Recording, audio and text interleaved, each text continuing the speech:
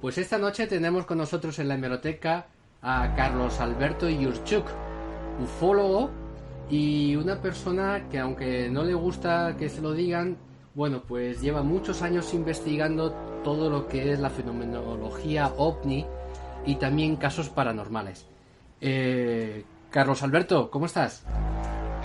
¿Qué tal, John? Muy buenas tardes, buenas noches, dependiendo a qué hora escuchen los amigos oyentes este programa.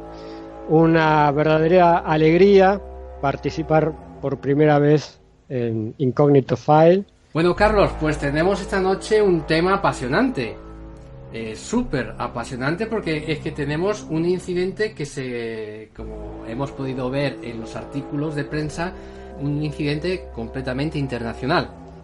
Así es. Yo creo que es el caso OSNI, porque acá no estamos hablando de OVNI, de objetos voladores, sino de objetos submarinos no identificados. Y te decía, creo que es el caso OSNI más importante, no solamente de Argentina, sino te diría del mundo, por la duración de los hechos, por las características y por las implicancias internacionales que pudo llegar a haber tenido. No fue solamente un hecho que involucró solamente a Argentina, sino que involucró a otros países y pudo haber generado un conflicto a escala global, te diría. Sí, porque hay que ponerse en antecedentes, porque ya en el año 58 ya hubo un contacto durante 5 días en donde la Armada Argentina, en el mismo sitio, registra por sonar a un intruso, no se sabe. Bueno, hay marineros que avistaron un submarino y lo avistaron perfectamente. Es más, avistaron también lo que es el snorkel, ¿no? Es que no me sale la palabra en español. El periscopio. El periscopio. Avistan el periscopio y incluso hasta dan el color, de color marrón. Salió en prensa también y bueno, fue simplemente un incidente donde la Marina, pues más que destruirlo, pues lo persiguió, lo amenazó, le tiró unos cuantos barriles explosivos, cargas de profundidad, pero bueno, el submarino consigue salirse y no con esas vuelven a registrar otra vez contacto con otro objeto dentro. Pero bueno, se ve que volvió a escaparse por lo que fuese y ahí quedó. Luego en el 59 hay otro incidente también, que el presidente Frondizi tuvo que salir en rueda de prensa a decir que había ocurrido un incidente también con un submarino en Golfo Nuevo, en donde también pudo haber estado implicado 1 o 2 submarinos. Y luego pues vamos al incidente de 1960, del 31 de enero hasta aproximadamente el 21-23 de febrero. Déjame complementar a lo que vos bien dijiste, los antecedentes, como para darle un contexto de lo que vamos a hablar a continuación. La Patagonia Argentina son más de 1000 kilómetros de costa y realmente es increíble la cantidad de casos de OSNIs y de OVNIs y combinaciones, es decir, de luces u objetos que entran o salen del mar. Y también tiene una historia paralela que no viene mucho al caso, pero la mencionamos al pasar, quizás se podría abordar en otro programa, que la Patagonia Argentina fue el lugar donde arribaron algunos submarinos nazis después de la Segunda Guerra Mundial. Y también, bueno, se tejieron muchas historias al respecto. También se combina con la Antártida y con bases nazis en la Antártida. Es decir, la Patagonia Argentina, no solamente en la parte terrestre, sino en la parte marítima, tiene una cantidad de historias increíbles de todo tipo que darían cada una de ellas para horas y horas de charla. Y como bien decías, vos mencionaste 2 antecedentes muy concretos, y para que se ubiquen geográficamente las personas, yo siempre invito, cuando hablábamos así, particularmente en un podcast, que mientras vamos comentando el caso, vayan viendo en el Google Maps o en algún mapa los diferentes lugares, particularmente el Golfo Nuevo, que que es es el escenario donde va a ocurrir todo este hecho, está es el golfo que está al sur de una península que se llama Península de Valdés, un lugar turístico muy importante de Argentina, particularmente a partir de septiembre. Es un lugar donde se hacen avistamientos de ballenas, vienen las ballenas hacia el Mar del Sur, y está dentro de lo que es la provincia de Chubut, dentro de Argentina. Un lugar muy desértico, con muy baja densidad de población, y que obviamente que si alguno tiene la oportunidad de visitar Argentina y puede visitar Península de Valdés, no dude en hacerlo. Ahora sí, una vez que ya hicimos todo este contexto geográfico, cultural, histórico, abordemos el caso propiamente dicho. Claro, porque hay que entender también que estamos en el año 60, en el 59, la Revolución Cubana. Estamos hablando de que Castro acaba de alzarse con el poder con comunismo, o sea, es comunista. Y estamos viendo cómo la URSS tiene un gran aliado comunista enfrente de los Estados Unidos. O sea, esto hay que entenderlo también, y con lo cual era muy normal avistar submarinos rusos, digamos que por la zona del Caribe se les solía ver, y por la zona del Atlántico también habían sido muchas veces avistados, porque claro, aquellos submarinos tenían que recargar baterías, tenían que salir para oxigenar el submarino, y claro, o sea, que no es que fuese algo como que, como diría yo, que no fuera usual. Los submarinos eran vistos. Sí, como bien decís, es muy importante entender el contexto político de aquella época. Era la época más caliente de la Guerra Fría. Uh-huh. Y cualquier incidente, por más menor que pareciese, podía desencadenar una guerra a niveles increíbles, digamos, ¿no? Por suerte nunca se llegó a eso, pero este hecho de que estamos hablando hoy, siempre hubo un gran debate si el objeto o los objetos, porque en principio estábamos hablando de un objeto desconocido, de un submarino, entre comillas, pero después se habló de un segundo objeto, de un segundo submarino, entre comillas. Algunos sostenían que estos submarinos eran norteamericanos, otros sostenían que eran rusos, es decir, se estaban pasando la pelota, como decimos acá, uno hacia otro. Entonces, si no se manejaba bien diplomáticamente la situación, tranquilamente podría haber desencadenado un conflicto a gran escala. No, y teniendo en cuenta que también se especuló que podía haber sido británico, que podría ser francés, porque claro, estamos hablando de que la Armada Argentina utilizó todo lo que tuvo en su mano para hundirlo.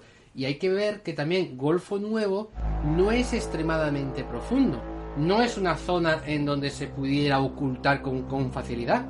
Lo que ocurre es que, bueno, aproximadamente las cargas de profundidad podían explotar en torno a los 100 y pico metros aproximadamente, y claro, si era un submarino nuclear, pues podríamos las características de un submarino nuclear es, primero, que va a mayor profundidad, que puede llegar a los 300 metros de profundidad, que puede estar más tiempo sin salir al exterior, y se manejó mucho, claro, ¿quién iba a tener un submarino nuclear? Pues los únicos que lo poseían pues eran los rusos. Si te parece, como para ir haciendo una breve cronología de los hechos, esto arranca el 31 de enero de 1960. Reitero, 31 de enero de 1960. Es la fecha de partida, digamos, de este incidente, con una detección de sonar. A partir de ahí, hasta el día 25 de febrero, que es cuando finaliza oficialmente el hecho, pasaron casi un mes. Es decir, durante un mes, o casi un mes, hubo un intenso juego del gato y el ratón. La Marina Argentina, primeramente en forma solitaria con la Fuerza Aérea, empezó a perseguir a este objeto. Dentro de esa cronología de hechos, el primer día para destacar fue el 11 de febrero, donde el presidente argentino Frondizi, luego de varios días de este juego del gato y ratón que lo perseguían, ordena, es como que se cansa y dice, bueno, vamos a hacer un ataque total. Ordena el ataque total. Y en esa operación, ya a ese nivel, participaron 13 barcos y 40 aviones. También se desviaron todas las rutas comerciales y aéreas y marítimas, digamos, en la zona, para evitar accidentes, digamos, o dañar a terceros. Y también a los periodistas que se habían acercado, bueno, es como que también los retiraron de la zona. También participaron en esa operación bombarderos pesados argentinos, es decir, fueron con todo. Porque hasta ese momento no eran cargas de profundidad, pero no grandes ataques, digamos, ¿no? Pero el 11 de febrero ya se fue con todo. Y días posteriores, el 13 de febrero, llegó la ayuda extranjera. Y acá es cuando Estados Unidos empieza a participar activamente en esta operación. Que también es todo un tema para debatir, ¿no? Si la ayuda o la participación de Estados Unidos fue correcta o no, digamos, si debería participar en este tipo de operación o no. Estados Unidos tiene la particularidad, por lo menos en Latinoamérica, de entrometerse mucho en los asuntos internos de los países. Entonces, bueno, es muy discutible si era necesario la ayuda de ellos o la participación de ellos, porque la ayuda no fue solamente en cuanto a materiales, porque trajeron cargas de profundidad más modernas, boyas para detectar sonidos, diversos materiales antisubmarinos, etcétera. O sea, no fue solamente material la ayuda, sino que también vino un grupo de personas de Estados Unidos, de soldados especializados en la guerra antisubmarina. Y según vistes en los artículos, era la crema de la crema, eran los mejores. Enviaron, no sé si eran 12 o 13 en total. O sea, ellos ya lo destacan, que estamos enviando a lo mejor que tenemos. O sea, a mí esto ya me está diciendo que estaban muy, muy, muy interesados en saber. Los americanos no sabían lo que ahí había, si eran los rusos o era mi abuela con una flauta, sino que querían saber, y yo creo que por eso ceden material bélico. Y también hay que decir que envían los primeros torpedos con cabeza electrónica. O sea, estos no fallan. Es muy raro que estos torpedos fallasen. Pero bueno, dale, Carlos. Sí, muchos de estos soldados que vinieron eran veteranos de la Segunda Guerra Mundial. Recordemos que hacía apenas 15 años que había finalizado la Segunda Guerra Mundial. Y también creo yo, digamos, esto es para debatir largo, digamos, ¿no? Pero creo yo que también fue una buena oportunidad para ellos para probar nuevas armas, probar nuevas tácticas, justificar el presupuesto altísimo que siempre tuvieron en cuanto a defensa, digamos. Obviamente, más allá del resultado final, a Estados Unidos le convenía todo lo que estaba pasando acá en Argentina, y siempre es una buena excusa para ir a otro país, digamos, y siempre algo se van a llevar, digamos, ¿no? Nunca intervienen por caridad, digamos, ¿no? Ni por amor al arte. Siempre, seguramente, tras bambalina algo se habrán llevado, digamos, ¿no? El día 15 de febrero hay un comunicado de un vocero de la base de submarinos de Argentina que dice más o menos lo siguiente con respecto al uso de estas armas, ¿no?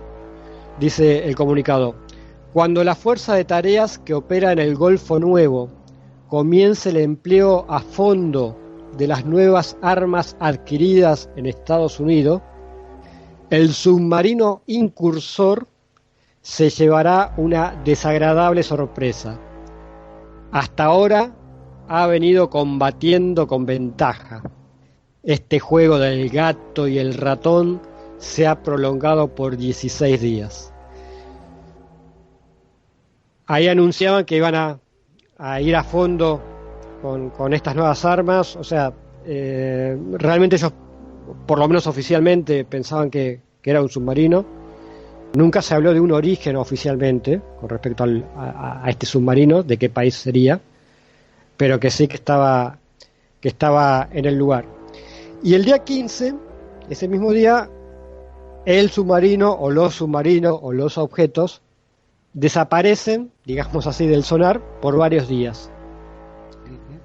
Hasta el día 20. Es como que se tomó un respiro, no sé si se habrá ido a algún lugar o qué. Pero el día 20 y el día 21 es cuando los dos últimos días que se reporta o se detecta la presencia de este o de estos objetos. Porque hasta ahora no está muy claro si eran uno, si eran dos, si eran más de uno o más de dos. Sí que se pudieron detectar por la velocidad. Detectaron que uno iba a 10 nudos, el que decían que pudiera estar averiado, y otro que iba a 17 nudos. Y también hay que decir que el problema que tiene Golfo Nuevo es que sí tiene profundidad en el interior, pero la salida al mar son como unos 60 y tantos metros, alrededor de unos 70 metros. Entonces, claro, si tú pones minas, todo eso como hicieron los argentinos ya desde el primer día prácticamente, que minaron la salida, ¿por dónde se escapó? Sí, es muy difícil explicar teóricamente, digamos, ¿no? Cómo es que pudo evadir durante tanto tiempo unos dos submarinos y escapar del lugar.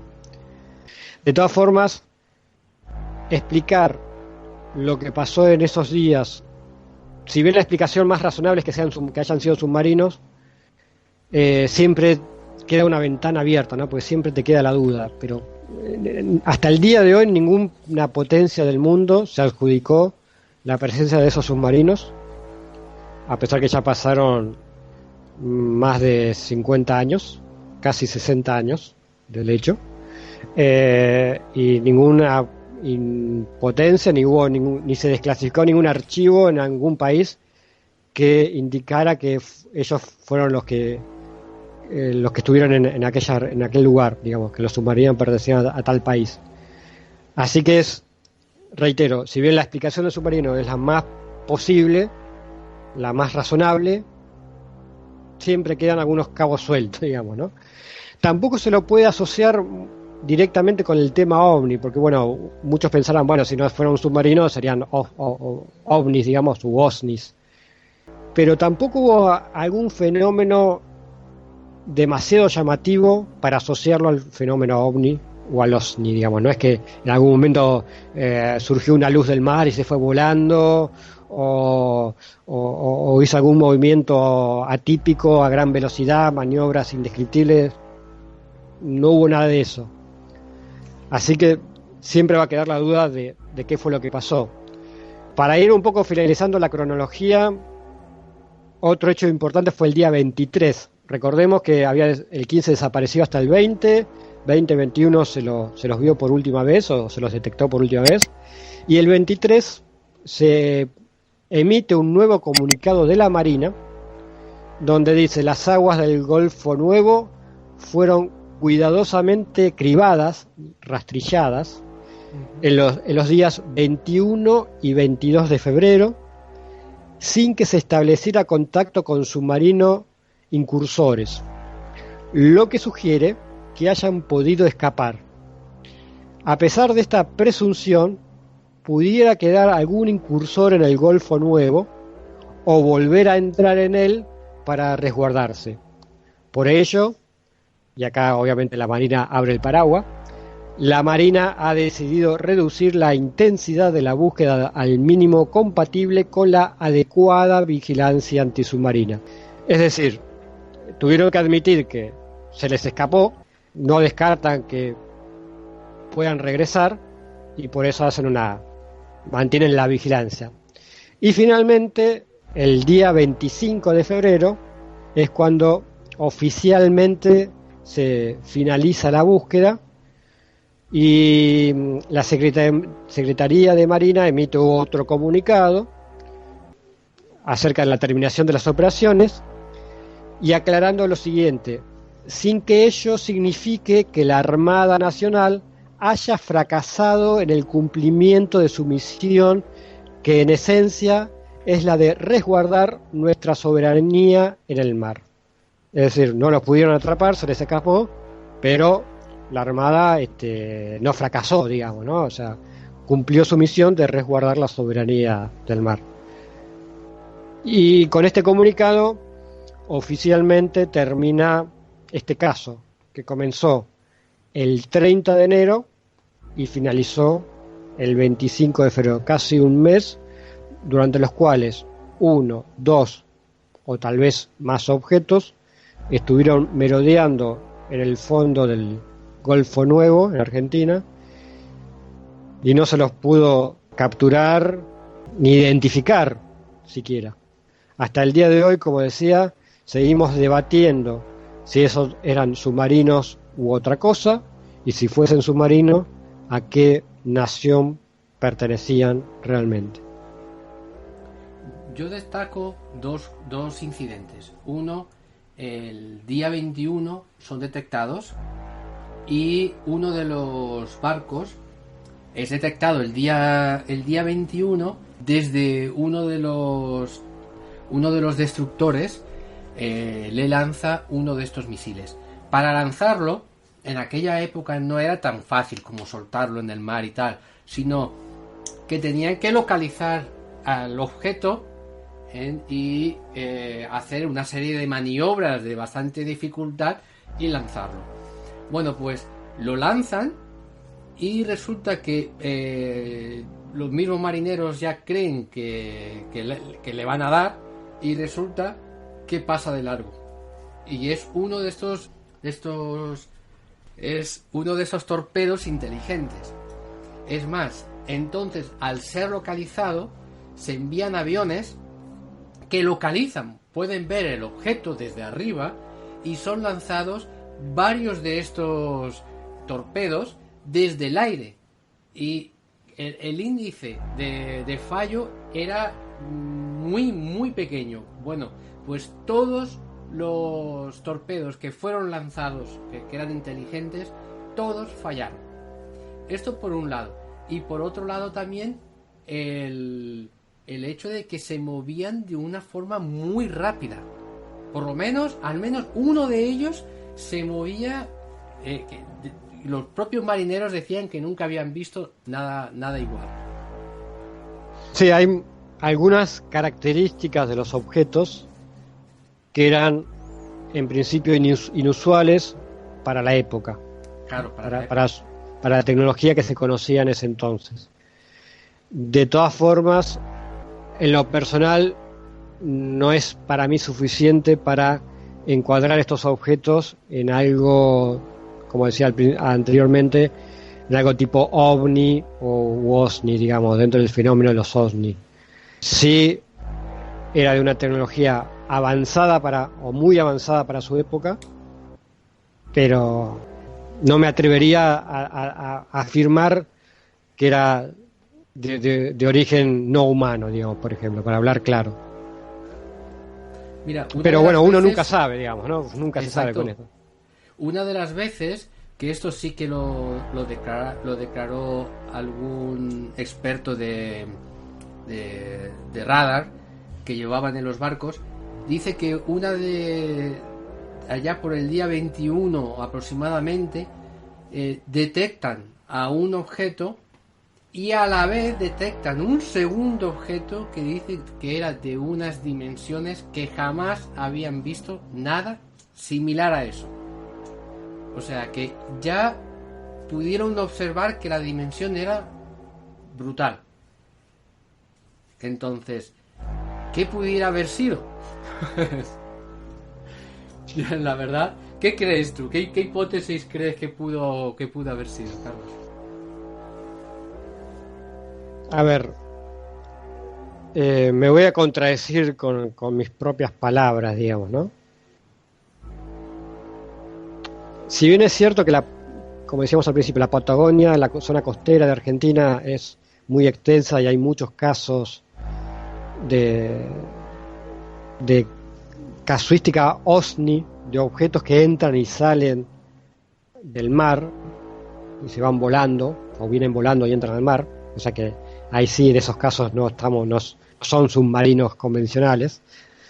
Dentro de ese contexto, lo que pasó en Golfo Nuevo, uno lo podría asociar con el tema OVNI por el contexto geográfico y temporal de casos OSNIs reales, digamos, ¿no? Pero, y si bien a mí me gustaría agregarlo, este caso, a la casuística OSNI, que en cierta forma lo es, no estoy como en el medio, digamos, no me termina ni de cerrar los submarinos humanos, pero tampoco me termina de convencer objetos no humanos. Es como que es un caso que está en medio, en el medio, digamos, ¿no? Está muy equilibrada la balanza, ¿no? Porque hay elementos que uno podía apuntar para un lugar y otros elementos que tal vez los podía apuntar para otro lugar. Pero por lo que sabemos hasta ahora, y no creo que después de 60 años se pueda surgir nuevas evidencias o nuevos testimonios o nuevos documentos, ojalá que me equivoque y que sí aparezcan nuevos documentos y nuevos testimonios, pero la verdad es que creo que van a pasar los años y, como muchas veces ocurre, nos vamos a quedar a mitad de camino. Va a ser un caso abierto por siempre, digamos, ¿no?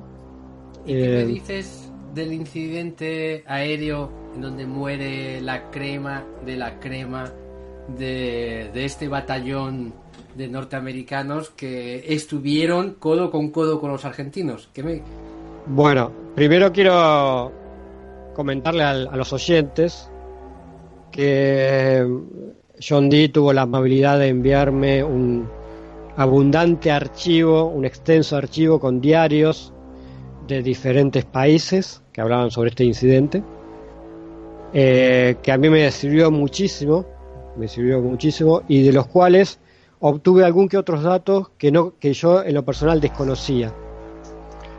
Y uno de esos datos que yo desconocía era que estos norteamericanos que mencionábamos antes, que vinieron a colaborar con la Marina Argentina para compartir estos objetos, cuando regresan vía Brasil, porque el presidente de Eisenhower estaba en Brasil en esa época, sufren un accidente aéreo y creo que la mayoría fallece en ese accidente. Sí, solo sobrevive uno.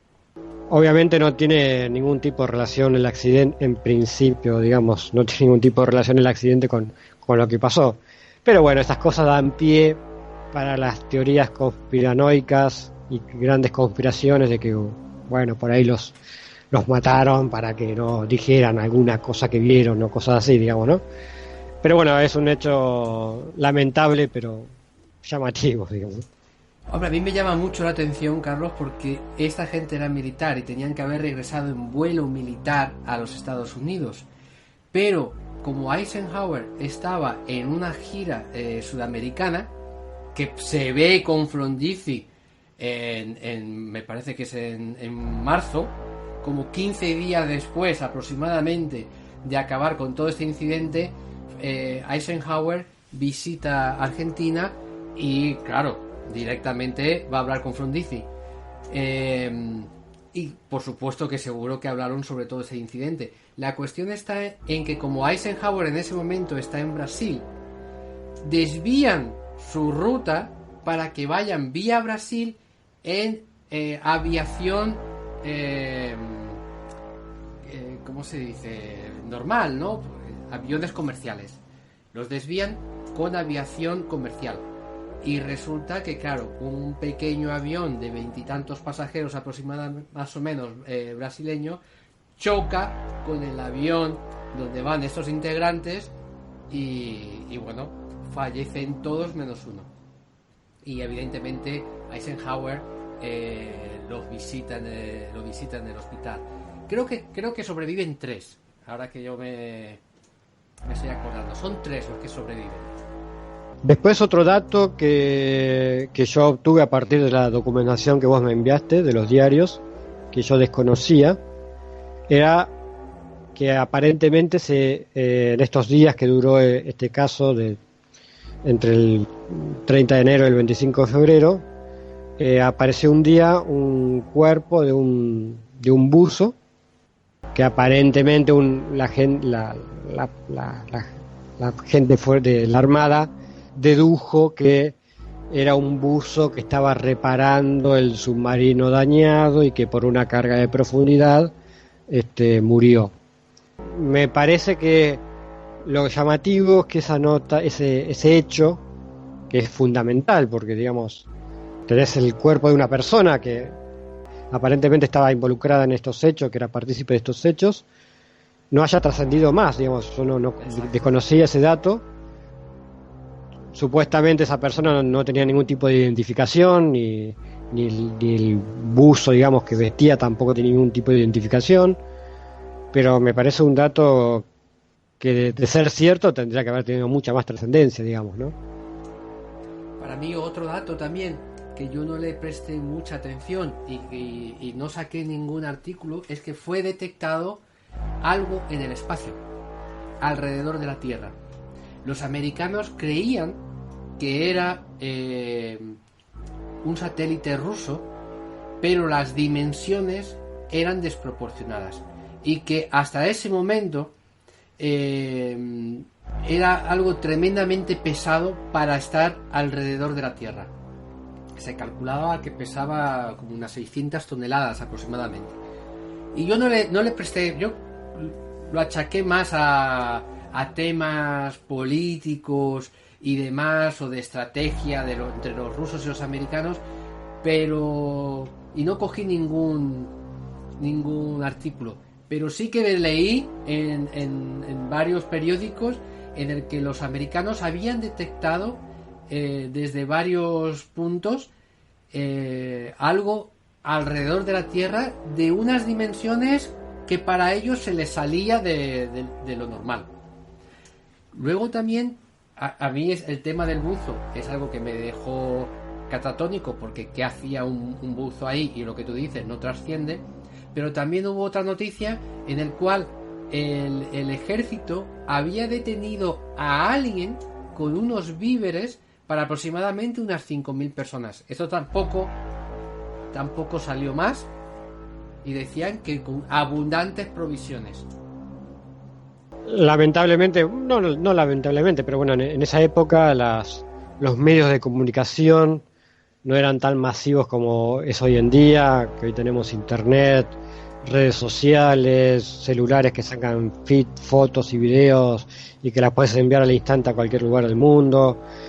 Yo creo que un incidente así hoy en día obviamente hubiese tenido otro tipo de cobertura periodística y a nivel internacional, y seguramente estas noticias por ejemplo la noticia del buzo o cosas así hubiesen trascendido a otro nivel, digamos, no hubiese pasado tan desapercibido. Es una pena no tener más información complementaria a la oficial, digamos, ¿no? Y a la periodística. Y yo quiero resaltar la participación de Estados Unidos, porque fue un claro ejemplo de cómo se involucra Estados Unidos en Argentina y en otros países de la región. Y como siempre digo, cada vez que ocurre un caso OVNI realmente importante, y más si hay evidencias importantes, siempre aparecen los Estados Unidos, la gente que habla inglés, y se lleva todo. Esto ocurrió en el 60, en el año 62, 2 años después de este incidente, ocurre un caso también increíble en la base naval Puerto Belgrano, 3 objetos merodeando la base 1 día y medio, filmaciones, fotos, etcétera. Vino a Estados Unidos y se llevó todo el material. De esto no se habla. que yo, en el año 95, caída de objetos en el norte de Argentina, caída de objetos, vino gente que hablaba inglés, acordonó el área y se llevó todo. Es constante cómo se involucra Estados Unidos cada vez que hay un caso OVNI en Argentina, y creo que también en la región, en Sudamérica, digamos, ¿no? Y eso es algo que en lo personal me molesta bastante, digamos, ¿no? Cómo dejamos que nos invadan tan abiertamente y tan descaradamente y se lleven todas las evidencias de los casos argentinos y de la región. Pues bueno, Carlos, te agradezco muchísimo tu ayuda y tu visión desde Argentina, desde allí de donde sucedieron los hechos, y bueno, me parece un caso pues de los grandes casos, que posiblemente con Dyatlov, con Roswell, con un caso que hubo en Canadá, que lo vamos a traer próximamente, muy parecido a este, muy parecido, y de los grandes casos OVNI, este sin duda es uno de los más grandes, sobre todo, como tú has dicho, la cantidad de tiempo que se llevó a cabo, prácticamente un mes, y bueno, pues que al final no se supo nada, no tenemos información, no hay documentos y se escaparon. Como bien dices, es uno de los grandes casos que creo yo tuvo más trascendencia fuera de Argentina que en Argentina, porque realmente hoy en día acá en Argentina, inclusive para la gente que está en el tema OVNI, no es un caso conocido. O sea, mucha gente ni lo conoce el caso. Algunos tienen una referencia muy vaga del caso, y reitero, inclusive gente que está relacionada con el tema OVNI y demás. Yo creo que tuvo mucha trascendencia fuera, más a partir de los documentos que vos me enviaste de los diarios de diferentes partes que hablaban de este caso. Ahí me di cuenta que tuvo gran trascendencia afuera y no tanto en Argentina, pero como bien dices, es uno de los grandes casos por sus características, su duración y demás. Y agradezco que en tu podcast lo difundas, porque así la gente lo conoce, digamos, ¿no? Que vea que no solamente el tema OVNI es un tema que ocurre solamente en el cielo, con objetos que vuelan, sino que es un fenómeno que ocurre en tierra y ocurre en mar. El fenómeno OVNI, en todas sus variantes, se ven en cualquier parte del mundo, sea tierra, agua, hielo, en la Antártida. La Antártida también otro lugar que daría para un programa aparte, ¿no? De los casos OVNIs de la Antártida. El fenómeno OVNI trasciende todas las fronteras, no tiene fronteras. Nuevamente agradezco que en tu programa dediques un especial o un buen tiempo a este caso tan trascendente.